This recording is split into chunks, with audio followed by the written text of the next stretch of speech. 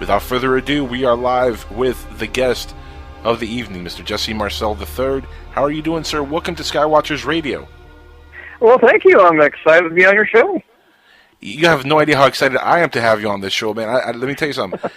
I'm a big follower of your family, of your father and grandfather, and they meant so much to ufology and to America in general. I mean, these two gentlemen were amazing individuals, and one of the guests that I always wanted to interview was your father, and I never got that chance. So to interview you, it's an amazing pleasure on my end. It's an honor, really, to have you on the show here.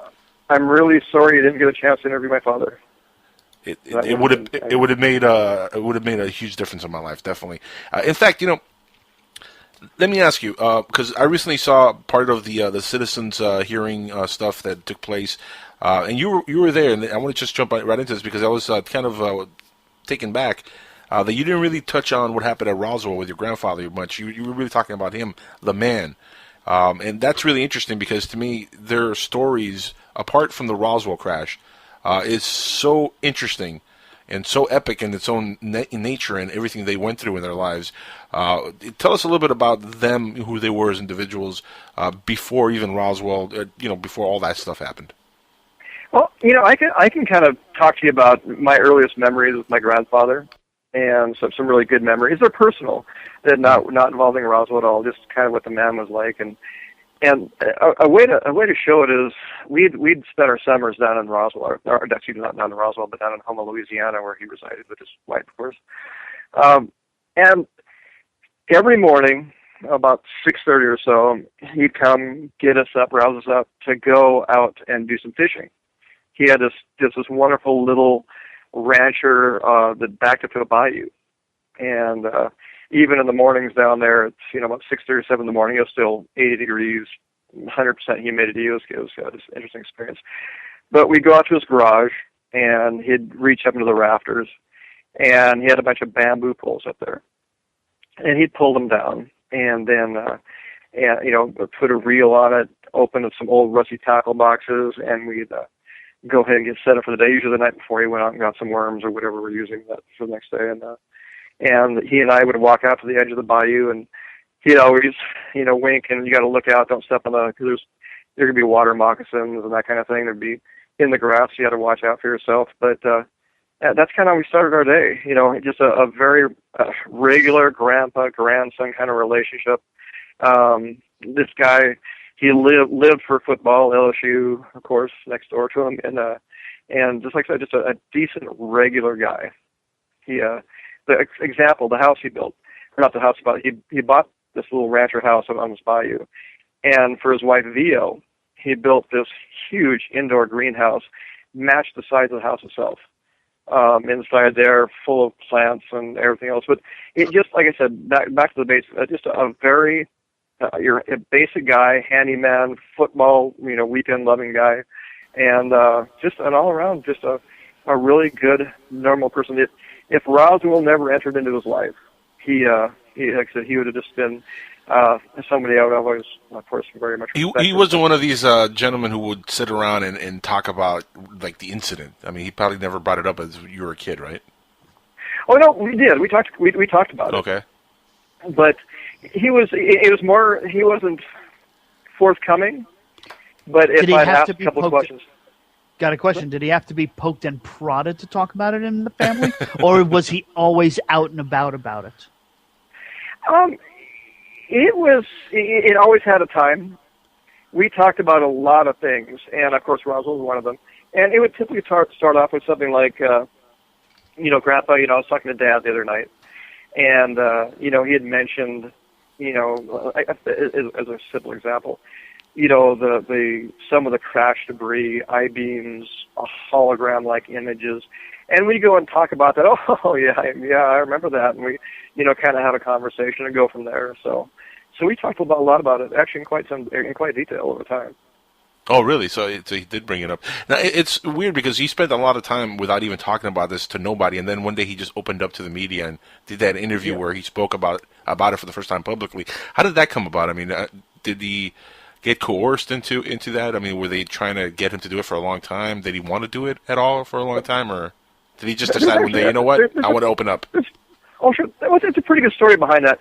he was one of those guys. He had a ham radio antenna in his backyard, and he lived for talking to anybody. Not so much about Roswell, just anything, just a armchair. Like I said.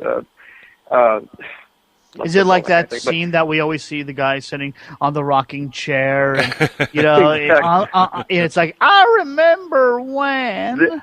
Is that maybe a mint julep in his hand, and he's on the radio talking to people around the world? He just loved it. Not they'd send their cards around, their ID cards. I can't say exactly what the name of them are, but for their different call letters for the ham systems, and he had friends all over the world.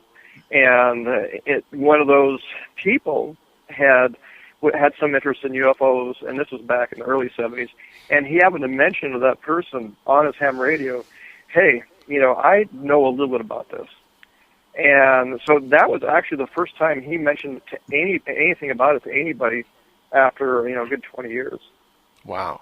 And so then, that kind of gave him the courage to speak about it publicly then, I'm sure. Exactly. Like I said, whoever he was talking to, he was just comfortable in conversing about, whatever. They brought it up, and he was at that point in his life, in the 70s, he was in the 70s at that time too. And he I think he felt at peace with his life, what he had done. He in no question, he had some fear of the story. He had been told to stay away from it. But I guess at that point he decided that it was okay, and if something was to happen from it, then something's going to happen from it. That was about it. So. Now, your father, interestingly enough, he seemed like he was always more eager to talk about the story. Was he more into the subject than your grandfather? I don't know if he was more into it as much as he was just very accessible. Okay. I mean, he loved the story, no question. I mean, Roswell guided his personal life. He, growing up in where I kind of grew up in rural Montana, and he built a big observatory in our backyard. In fact, the biggest in the state. It was a 12-inch reflector telescope, big silver dome. It was a lot of fun. But he was a doctor, a doctor, but his real love was physics and astronomy.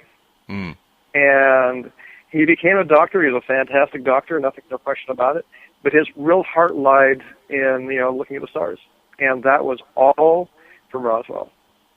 It was all his experiences back when he was 11 years old. That was the whole thing. Now, how did he end up doing 2 tours of duty in the military? Now, of course, it was a medical duty, but how did he end up doing 2 tours? Well, his big thing is, in brevity, he went into the Navy in San Diego through the program to become a doctor. Right. And he worked in the military for 20 some odd years, then pretty much retired. And then there was, back in Helen, Montana, where we're from, he put together, or was offered to become a helicopter pilot if he wanted to join an attack battalion, a helicopter pilot. He just fell in love with it. It was an adventure, so he went into that. And he did that for the next 15 years, I suppose. And he was 72, and he was looking at his life. He was like, and he and I had sat down and had this conversation a number of times. What is he most proud of in his life? And at the end of the day, it was a service to his country. By and far. That's it. If I want to be remembered, that's where I want to be remembered, is I served my country in the best that I could. And he was on the phone continuously, and he was a colonel at the time. Yep. Trying to get a tour, and they finally broke free and offered it to him. He jumped all over it, and he was the oldest colonel flight surgeon over in the war at the time. There's a very cool picture that I saw online when your father passed that I was looking through, just memorial stuff, and it was him in front of a helicopter, and he was already, this is the second time around, and just that image, I was like, that's an American hero to me. That's a real hero. He gave it us all. I mean, that war really, if there's anything, it really hurt him emotionally. And I'm not quite sure if it was. What's that? Yeah, it took a huge toll on him. Yeah. It really. What he ended up by. He went through some post-traumatic stress and horrible things. He ended up by getting a neuropathy in his legs. Had to use basically crutches to get around afterwards. And here's a guy that when he went out there, he jogged 6 miles a day, worked on a gym 4 times a week, and was at the height of fitness. And he's in his early 70s, and it really, really got to him. There's like if anything, there's some pretty horrible things he saw when he was out there. Yeah. But the fact that at that age that he went out there again, it's just amazing to me. Well, and one little interesting story is when he was out there, it was a little over a year. He was offered a brigadier general position, but he had to go back again, and he just couldn't do it. He said that it had taken enough out of him at that point that he decided to return home. But so that was quite an honor that they were going to do. Just, the political process of becoming a general, there's a process to it, and he would have stayed out there a little longer. And at that time, he just wanted to get back to his family. So he was burnt out by then. Yeah, well, burnt out. Like I said, I think he went through active duty through the Korean War. So he had seen a lot. He'd been through a lot. He'd actually been on a carrier deck one time. I remember he was talking about it, where he was standing with two buddies, and they all got shot. And he was the only one left. Or they all got knocked to the deck. His friends were killed. He just was lucky enough to have a bullet pass through him. And that's a pretty strong event. But what some of the things he saw in Iraq just really emotionally got to him. And that's just and it was I admired for him that he actually let it get to him. I think it was just he was at an age where he was just felt a little more about what was going on, and that really he thought he did all the good he could do out there, and he thought after that there wasn't really a lot of reason for him to be out there. I'm sure he had an interesting perspective, from his take from being out there himself at his age and seeing what was going on and everything he's been through in his life. I mean, I'm sure he had a hell of a perspective to look back on it. Oh, he did. He always, he was, for country 100%, no matter what was going on. He believed in what he was doing. Of course, as being in medicine, it is a little bit different in that he's out there to, in essence, save people. Right. He's trying to help people. So it does come from a little bit different, as far as the military perspective goes. But like it was a kind of funny experience with me. I remember, here's my father, and I'm big for my family, and I'm 5'8", and my dad was like 5'6", and it was I'll never forget one time walking on a base with him. Here's my dad, never thought about his military career, and walked down the hallway, and all of a sudden, colonel on deck, and boom, everybody hits the walls. It was an interesting experience. I didn't realize that is the level of anyway. It was an interesting experience. And that wasn't that long ago, maybe a decade ago, and where I realized, wow, here's the question. Is the question with that kind of respect that he did have within his peers in the military? Did he ever receive any weirdness or negativity because of the Roswell incident? Did that affect him at all in his personal life or in his career in the Army or in the military? There was a couple of people, and I think there's been a big change in ufology over the last maybe 10 or 15 years. But 10 or 15 years ago, there were some people that were more hardcore. They'll, let's ignore the facts, let's ignore the story, and try to hurt the person saying it. And they made some stuff up that was completely erroneous. There was no truth to any of it, and that hurt him. Now, putting that aside, people embraced it. It's the same thing with myself and my family and my who my dad was, my grandfather. That was, like I said, a little bit different story. But honestly, out of 100 people that I might run into that might recognize my name, maybe 1% of them will come across a little bit negatively. But even in that negativeness, it's more like, are you sure that couldn't have been something of the Germans, those kind of things. Never a personal attack, at least not to my face. I think it's because of your father's nature and his personality. I think he had such a passive, nice personality whenever he did interviews that even if you were skeptical of the story, he came across as very fatherly and very just humble and nice. And that comes off. Well, exactly. I mean, he had earned his position. I mean, a medical doctor, a colonel in the military. Correct. He did things right, and it's like he had no reason to somehow exaggerate some story that he heard or was actually part of when he was a kid. There was no basis for that, and and it was a very big part of his personal life as far as, like I said, his true loves go. But like I said, I don't personally, especially in a small town in Helena. It was more embraced than anything else. Now, what are you currently working on that is related to your father? I know you have a couple projects on the table. Do you want to talk about them a little bit and tell the audience what you're working on? Yeah, I just finished publishing a book. Came out about midsummer. It's called The Alien Crash at Roswell. Kind of an obvious name, but and it more dealt with the kind of the conspiracy side of what happened. I have a good friend back in England who is a PhD in all she does research in World War II technology, and she helped me write it. And we just kind of went through the history of UFOs and sightings, that kind of thing, and with the Roswell and all those kind of strange things that happened around it. And there's a lot of good and bad things that happened because of it with my grandfather. But that was that book, and I was lucky enough to meet Philip Coppens, who was one of the creators back of Ancient Aliens. Yes. And we got together and did a documentary, same name as the book. And it was a lot of fun working with him. And, unfortunately, he passed away a little over a year later, a little less than a year later, excuse me. But a wonderful man, incredibly intelligent.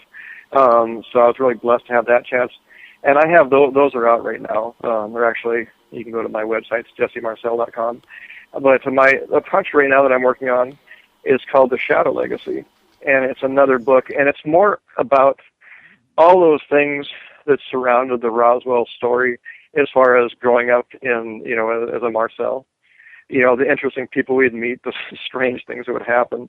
I've put, there's a few bizarre things happened. All those real world things, take the story of Roswell out of it, just some really strange things that happened. So I'm doing that right now, and actually have it out as a Kickstarter project. And one of the things I'm where my heart's really close to right now is I'm working with the Brazilian government. And we're working on putting together a museum down there, kind of like an international UFO museum, and that's kind of an exciting project. Wow, that's going to be cool. When is that going to start getting a little bit of buzz out there? The numbers are really high on it. It'll probably be a good 24 months. They've located a place where they want to put it, that kind of thing. So it's right now. It's all in the planning stages, getting art. Part of where my position was the concept of it, and then the second part, of course, is trying to get together different relics and that kind of thing as far as exhibits go. Well, with your involvement, are you going to be? Question: with your involvement, are you going to be relocating down there, or are you going to be commuting? No, I'll go back and forth. It's just this and outgrowth some other projects I have going on down there, and I probably will spend more time. But honestly, I've never been to Brazil before. I just happened to, through a chain of events, happen to meet some people that are up here and start putting it together. But it's an exciting project.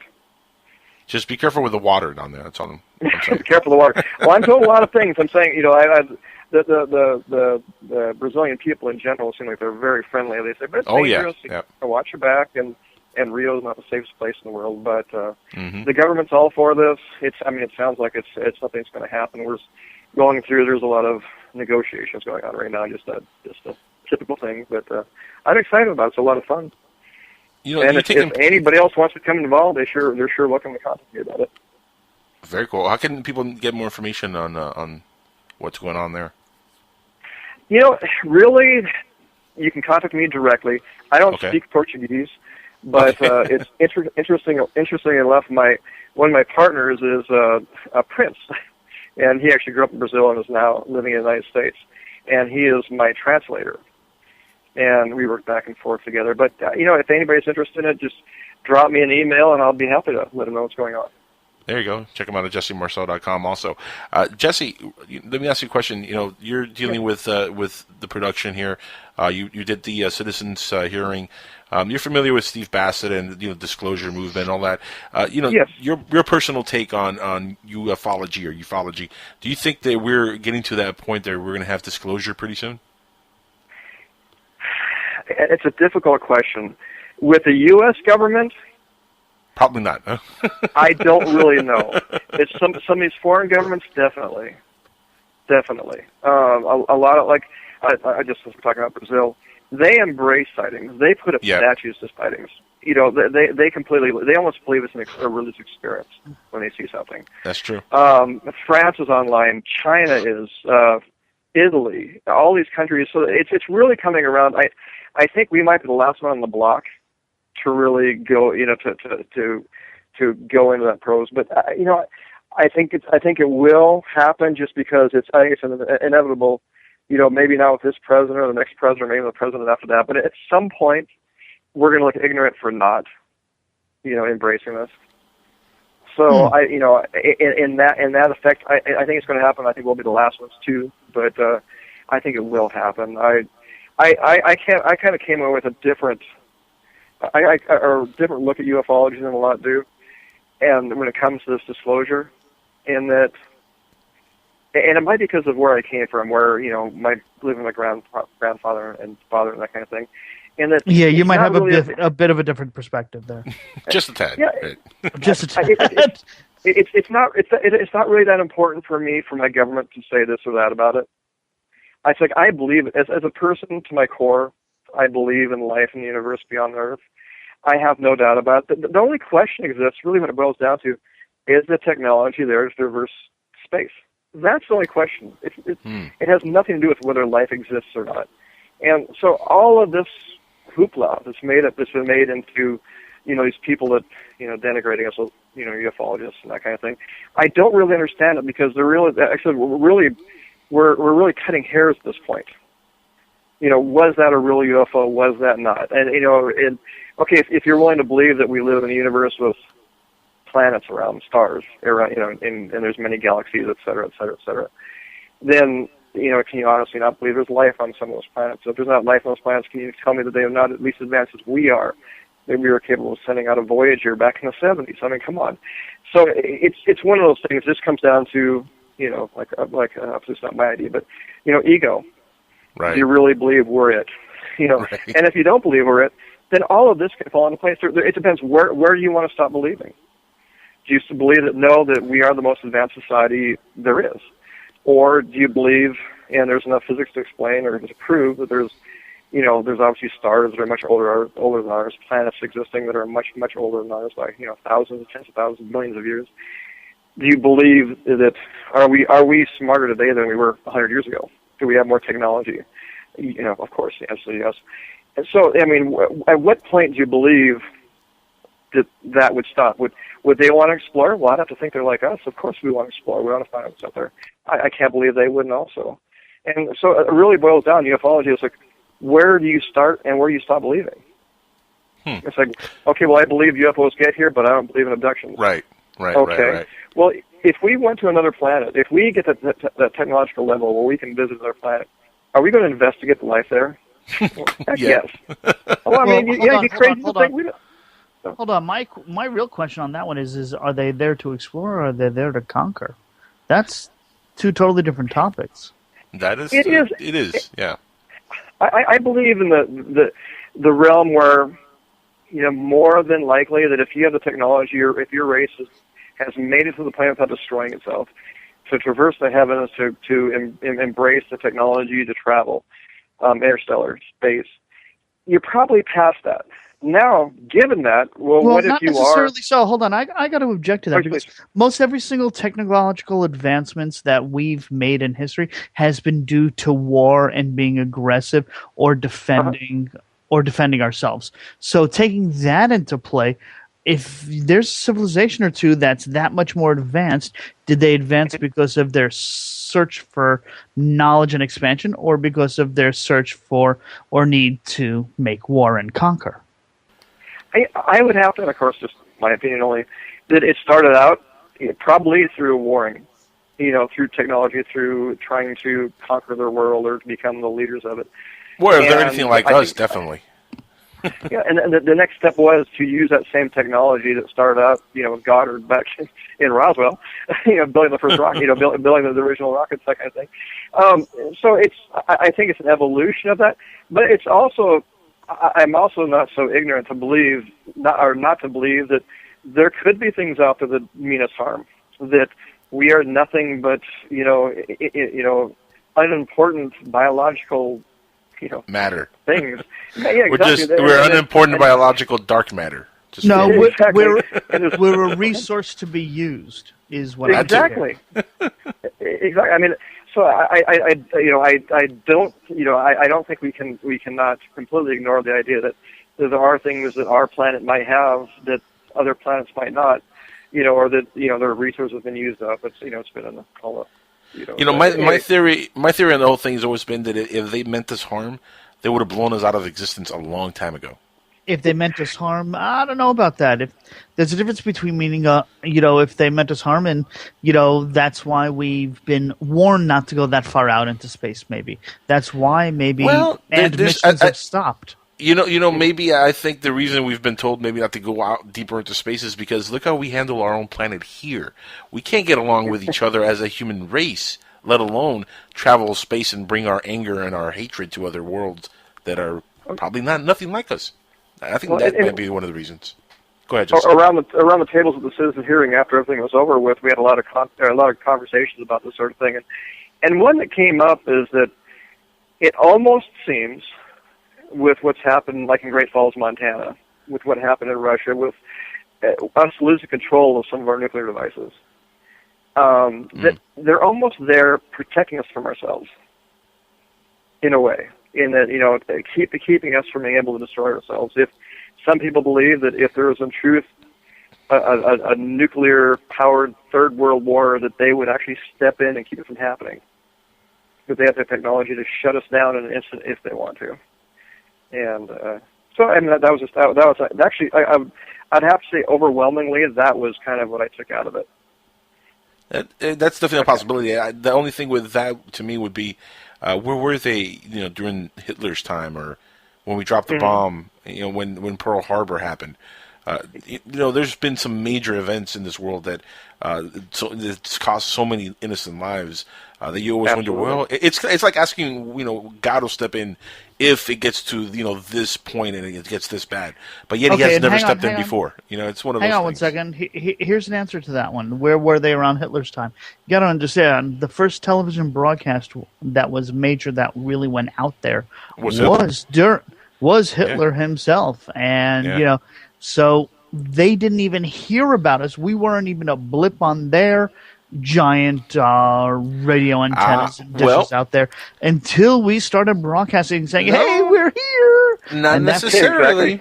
Not necessarily. That's you're thinking linear if that's where they found out about us. But let's say they've been around for the last 2,000, 4,000, 10,000 years, and somehow they back engineered us from ape into Homo erectus, where we are now, or Homo sapien. Maybe they created us. You never know. The stories that we've been told over the last 2 decades or 3 decades now, from the Zecharia Sitchins of the world and so on and so forth. They tell quite an interesting story of our origins on this planet. So let's say, for example, let's go with this. Like the movie Prometheus. Let's go with it for a second. Let's just say that they did seed life on this planet. So they've been around here for forever, before maybe we even were around this planet. So that there's that. You're right. Well, I agree. It's and maybe that we didn't become interesting until the Second World War to them. Yeah, we weren't advanced enough to even take a look at. But all of a sudden, when bombs started, a nuclear bomb went off. All of a sudden, they reached that level of technology. Let's go see what's going down there, and let's take a couple of ships and snoop around, because now it's getting interesting. You never know; they might have created us, like the story goes, to be slaves and mine for gold or whatever. And they just left once they got their goods. They left us here, and we've created our society as we have, to it is now. And then that bomb happened, and they were like, "Wait a second." Our experiment is going a little nutty down there. Let's take a look at what's going on that planet Earth. And now we get all the sightings. I think that could be a possibility also. Yeah, but there's descriptions. I'm sorry, go ahead. Oh, no, please go ahead. Yeah, but I was going to say but there are descriptions even in prehistory with some of the original, old texts from India and other parts of the world of, describing nuclear bombs and things like that. So if we had it back then, maybe 10,000 years ago, and they've been visiting us even that far back. How do you explain that only now is when we're really, seeing that much of a visitation, I guess is the best way to put it. Well, let me answer that real quick before we let Jesse talk here about the point he wanted to make. I can answer that real simple. Why now? Actually, why now the last 100 years? Because UFO sightings has been going around maybe for even longer than 100 years in this country. Right now, we are at a technological advancement with the computers and cell phones and everything. It's becoming easier to share this information with the rest of the world. But don't be fooled. People have been seeing stuff in the sky since the 20s and 30s, probably even before that. Way before that. So, I mean, UFO sightings are nothing new. In fact, my theory has always been that most, if not all, of the mythology that we've had on this planet, like demons, leprechauns, ghosts, all that stuff, or saints, and all, anything that people have seen, angels, a lot of that might have been maybe misidentified aliens. And maybe somebody had an encounter with an alien. They didn't know how to explain it back then, and they said it was a demon that attacked me in the middle of the night. When in reality, they were just getting abducted to be probed somewhere. That could be a possibility. I mean, that has been my theory all along. Now, Jesse, is that a theory that has any water with you at all? I would say so. I mean, I would, just from doing research, if you look at some of the religious aspects a couple thousand years ago, things in the sky were considered more demonic. Right, something exactly. To be scared of, something to fear, something to stay away from. Don't talk about it. Right. Because you're basically talking about the devil.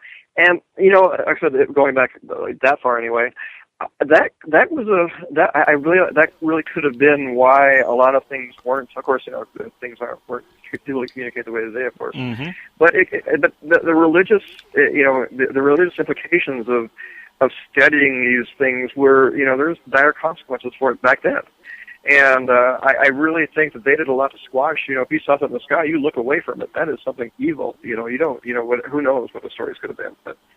But and today I think we're obviously advanced enough to look at. Well, that's kind of interesting. It's also. I mean, people are more receptive. What's interesting about the way ufology is going right now, and that. So I talk to a lot of people, and with a lot of people, there's. People are wondering, well, people aren't as interested as they used to be. And I get that pulled out a lot. And I think, you're wrong. It's not that they're not interested anymore, it's they believe in it. Mm-hmm. It's that when you get to the point where you're not trying to convince them that there are UFOs out there, once they say, yeah, they are out there, they kind of move on. And I think that's what's going on right now, is that humanity is embracing the idea we're not alone there, we are being visited, and that it's not such a hot topic or a controversial topic as it used to be. It's not like, and it could be the new generations of, people growing up, my kids, for instance. There isn't a cartoon that doesn't have some kind of alien life in it somewhere, some UFO somewhere. Yeah. It's become part of society. So not that it's not interesting, it's just like, well, yeah, actually, you don't have to prove anything to me anymore. I believe it. Yeah, there's things out there. I've seen things, or I haven't seen things, but I know people have seen things, and I believe that they are out there, and even maybe with us. So I think that is the big change, that paradigm change that's taking place in the last decade, in that people believe. Now, how much do you think that happened because of Hollywood and movies and TV shows that dealt with the subject and kind of put it out there, and you saw both spectrums, the good aliens, the bad aliens, E.T., for example, there was a nice little creature from another planet. How much do you think that influenced society into accepting the whole phenomenon a little bit more? Definitely, definitely had an impact on it, without question. Back in, from when I was a kid, when Star Wars came out to today, although it seems like the younger generation, me anyway, people in their 20s and 30s and even younger than that, are not so quick to be skeptical. If anything, that old X-File I want to believe idea, there's a lot more positive. There's a lot fewer people that want to spend all their energies trying to disprove something. They're more comfortable, accepting that, it kind of makes sense. Mm-hmm. I'm not going to go forward blindly like maybe the previous generations did. That no, that's I was told, I read in the paper this is fake, so it's fake. That's it. The newer generations, they're like I said, embracing of it. They believe that yes, we are being visited. Yes, there's things flying around in our skies, and everybody that talks about it talks with excitement. The people I'm around. But even a quick story back in she would have been maybe 7 years ago. I used to be a banker. Kind of a bad word. Anyway, we had this big meeting with a big title company. I mean, huge. All it was big executives and all the BS. Everybody was there. It was a huge meeting. Somebody during this big, it was a meeting for a title insurance company to sell the bank on using their title for insurance. Anyway, somebody said, Jesse Marcel, what? Wait a Where second. do I know that name from? Exactly. And literally, our 2-hour meeting started with that conversation, and not one bit of business was talked about after that. Everybody was like, "Did your grandpa really? Did he? Was it true?" I said, "Yeah." I mean, he believed everything he said, and literally that was it. No business took place that day. We had lunch. Everybody had a lot of fun, and it's all we talked about. And half the people, I saw something, or the other half was like, my sister or my cousin, and that's the way everybody. Yeah. And it was just, and that's just kind of how I felt a lot about the story, at least at this point, and that it was never skeptical. It was all this, and then, hey, I saw something. What do you think? Could that have been something? I said, of course it could have been. Scary enough that's happened to me at a job before. In fact, recently that happened to me. I was at a job and I just met one of the owners for the first time. I had never met this guy, and he walks in and he starts talking to me and this and the manager at the store knows about the radio shows that I do and stuff, and he told him, "Oh, he does radio. You should definitely talk to him about doing something on the radio with him, and maybe do a commercial or something." And he's like, "Really, you do radio? Can I see your radio podcast, or do you have a podcast?" And I'm like, "Oh boy, this is gonna be awkward." So. Sure. I show him my website, PSN Radio, and I go, "Look, this is my show here," and I go to my show page, and he sees a little UFO on there, and he's like, "Oh, so you're into UFOs?" And I'm like, that's the awkward part. Like, I'm going to have to explain now, my show to him. And he starts asking me, and he just busted out. He's like, I had a sighting when I was a kid. My mother and I were walking, and it was in South America, and they were walking down the street, and this ship just glowed in the sky. And he starts going through the whole story for like 20 minutes. He's going on and on about the story to the point that he started getting chills.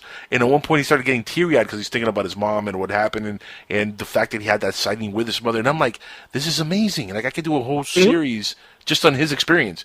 And this is somebody who I didn't know. He had no idea what I did on radio, didn't know that I spoke about UFOs or anything. And then he tells me I haven't really spoken to many people about that story because it's so personal, but I can't believe that you do a radio show. This is so cool. And he calls me every once in a while. I don't work there anymore, which is funny, but he calls me every once in a while, and we talk about the show, and he asks me, who I'm interviewing. He's really into the subject. It does seem like more and more people are just, they're believers.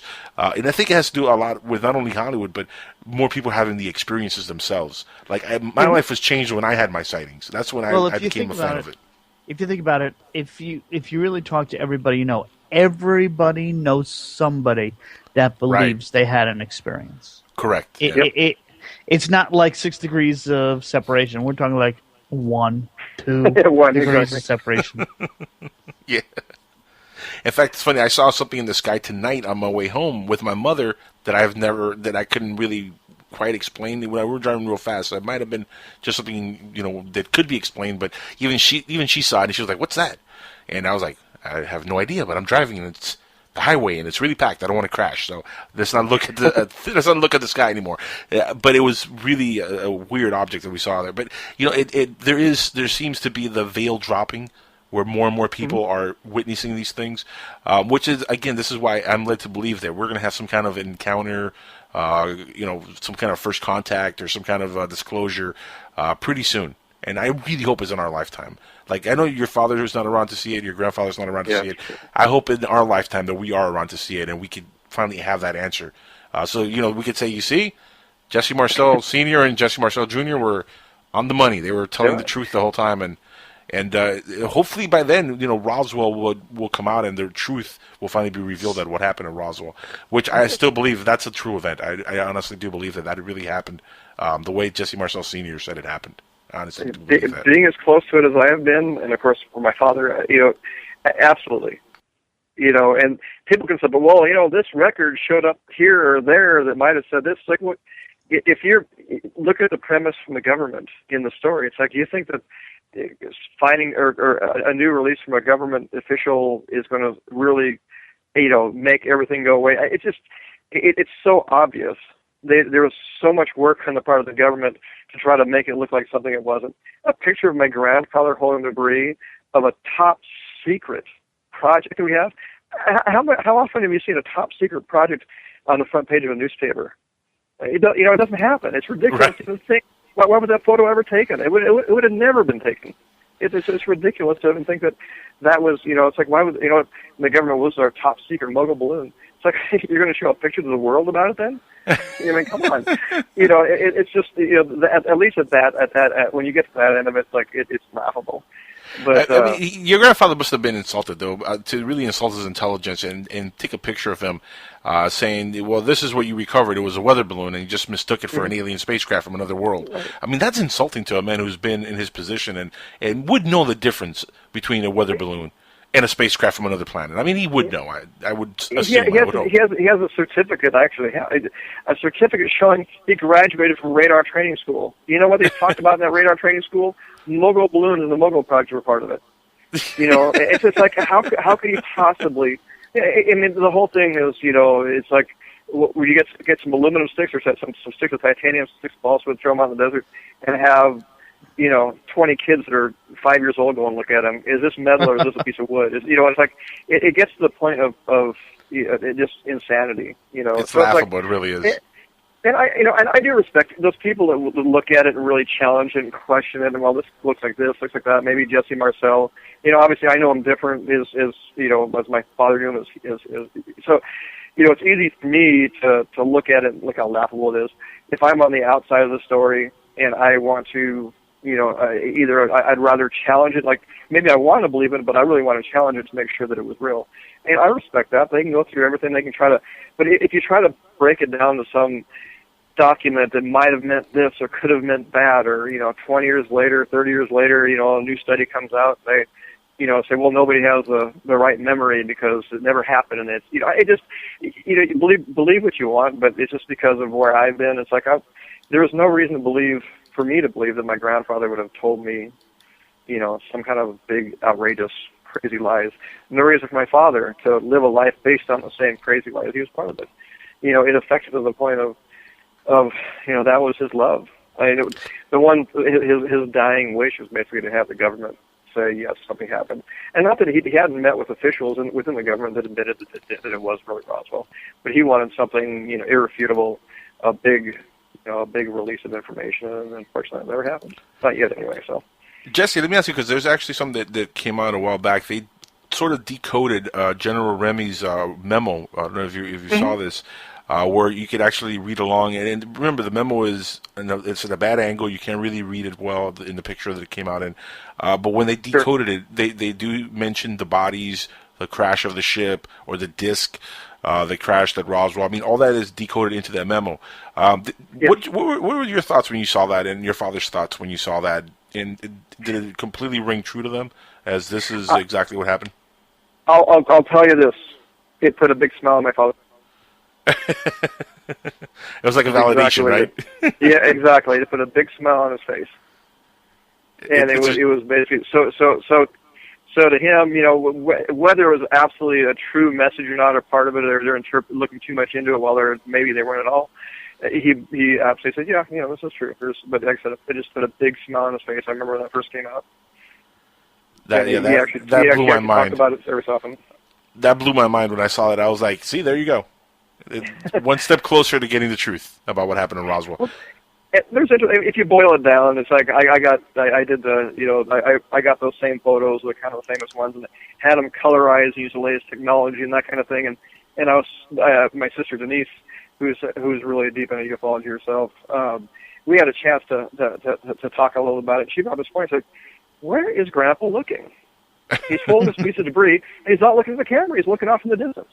It's like, what kind of picture is that? It's almost one of those things that she picked up on. It's like, yeah, well, he's being told what to look or what to do when he's sitting there, and that was obvious. That's what happened. He basically didn't realize what he was walking into at that point, and only once he was holding it, and he knew it was going to happen. He knew of an impending cover up, but when he walked in there, it's like he was, still in the back of his mind. I think he was hoping that, they are really going to let people know what happened, that this is something amazing. And he was just like, he walks in there and goes, "Oh, no, that's not what's going to happen." So, hold this, pose nicely.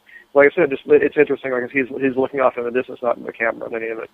That picture always seemed really funny to me, because you can tell he's like looking at somebody like saying, "This is not what was out there." Like that. Look at his.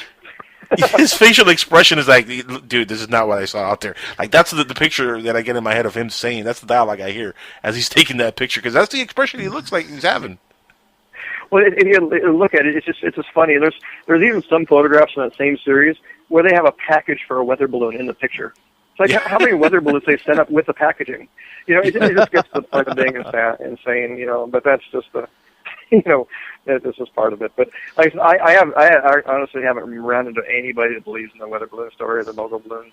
Well, the government doesn't believe it. They've changed it so many times. They don't believe the story themselves. No, well, even more at the end. Charles Moore. Even at the end, he met with my father one time, and my father, his biggest thing was, if you get into the idiosyncrasies of the material, and the material that my grandfather and father saw, the foil itself had no paper backing, but at the time of the Mogul project, the foil had paper backing, and all I could tell him was that, well, I don't know what you saw. But that later on they released it. My dad said, oh yes, it was a Mogul balloon, which is all fictitious, of course. But later on, Moore kind of alluded, and I hope not to read too much into this, and I don't want to put anyone on the spot, but almost like, everything might not have been as it was said to be back then. So it's fascinating. Jesse, we're all out of time. Thank you so much for being with us. We want to definitely have you back on pretty soon. As soon as you want to come back, we'd love to have you back on. We could do another hour easy talking to you. It's been just a blast. Give everybody the website address again, jessemarcel.com, right? And anything else that they can find you on? Yeah, jessemarcel.com if they want to go there. And like I said, you put a nice banner on your site for me. That's wonderful. But jessemarcel.com has it all. Thank you so much again for being here tonight. Thank you. It's been a pleasure.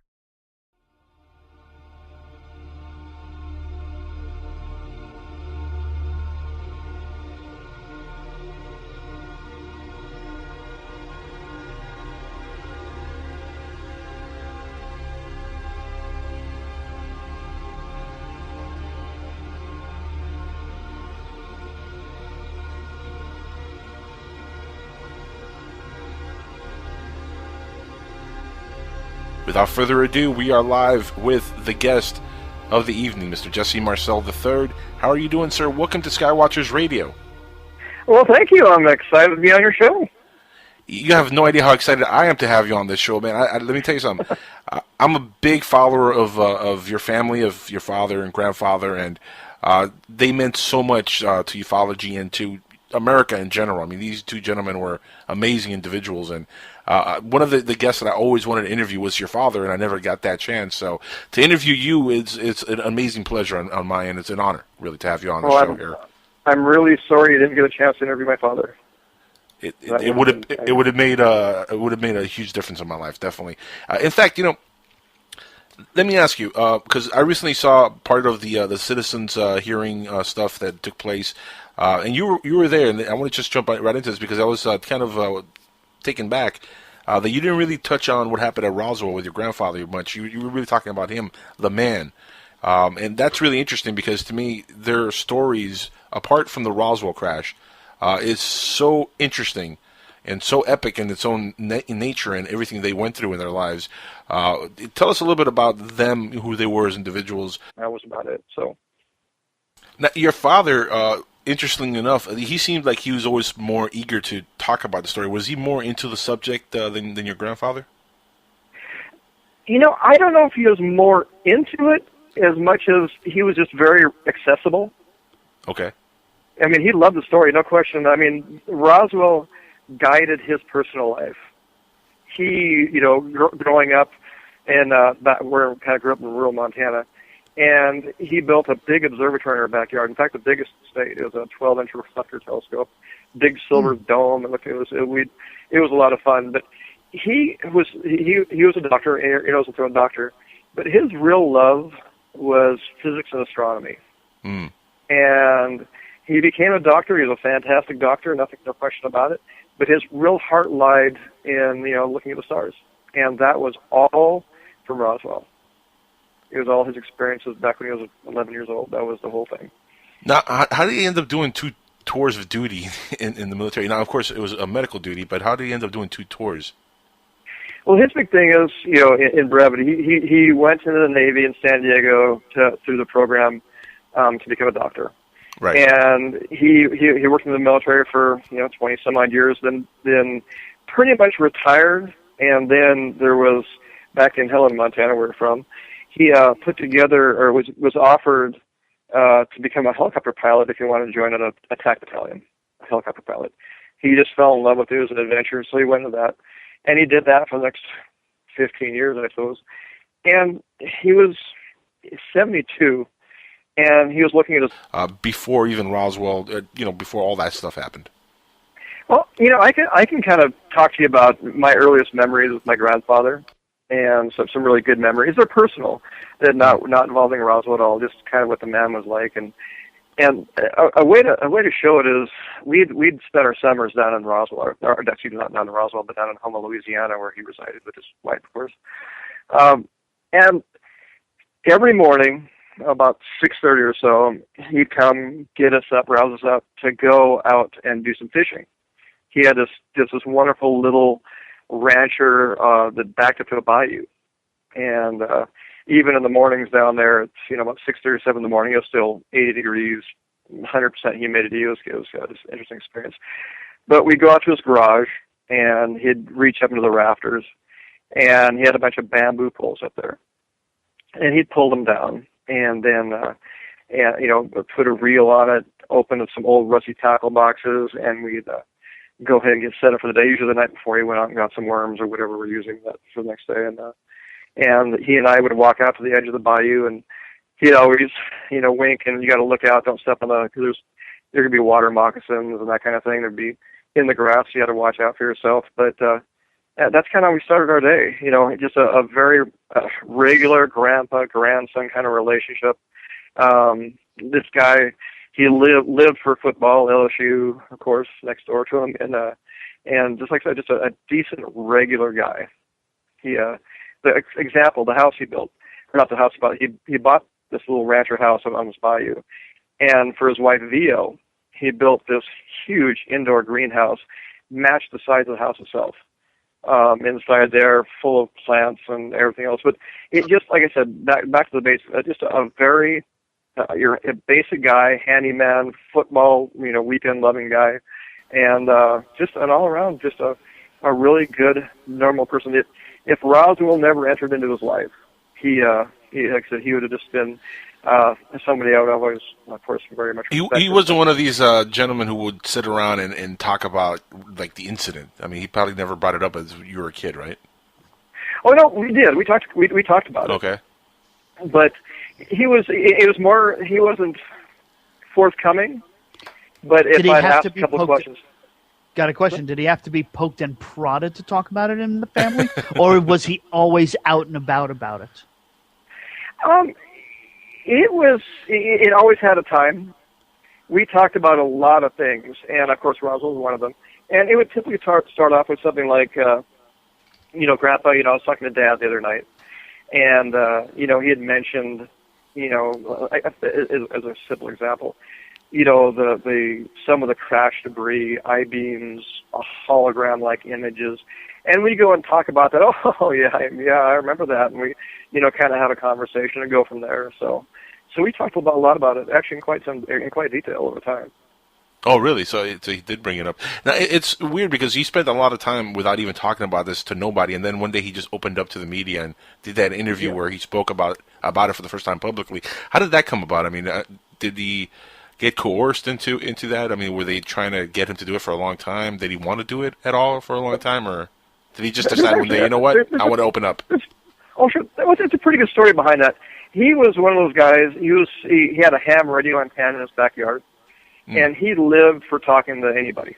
Not so sure Roswell, just anything, just a armchair. Like I said. Is it like that scene that we always see the guy sitting on the rocking chair? And, exactly. It's like, I remember when. That maybe a mint julep in his hand, and he's on the radio talking to people around the world. He just loved it. Not they'd send their cards around, their ID cards. I can't say exactly what the name of them are, but for their different call letters for the ham systems, and he had friends all over the world. And one of those people had had some interest in UFOs, and this was back in the early 70s, and he happened to mention to that person on his ham radio, hey, I know a little bit about this. And so that was actually the first time he mentioned anything about it to anybody after, a good 20 years. Wow. And so then, that kind of gave him the courage to speak about it publicly then, I'm sure. Exactly. Like I said, whoever he was talking to, he was comfortable in conversing about, whatever. They brought it up. And he was at that point in his life, in the 70s, he was in the 70s back at that time too. And he I think he felt at peace with his life, what he had done. He in no question, he had some fear of the story. He had been told to stay away from it. But I guess at that point he decided that it was okay, and if something was to happen from it, then something was going to happen from it.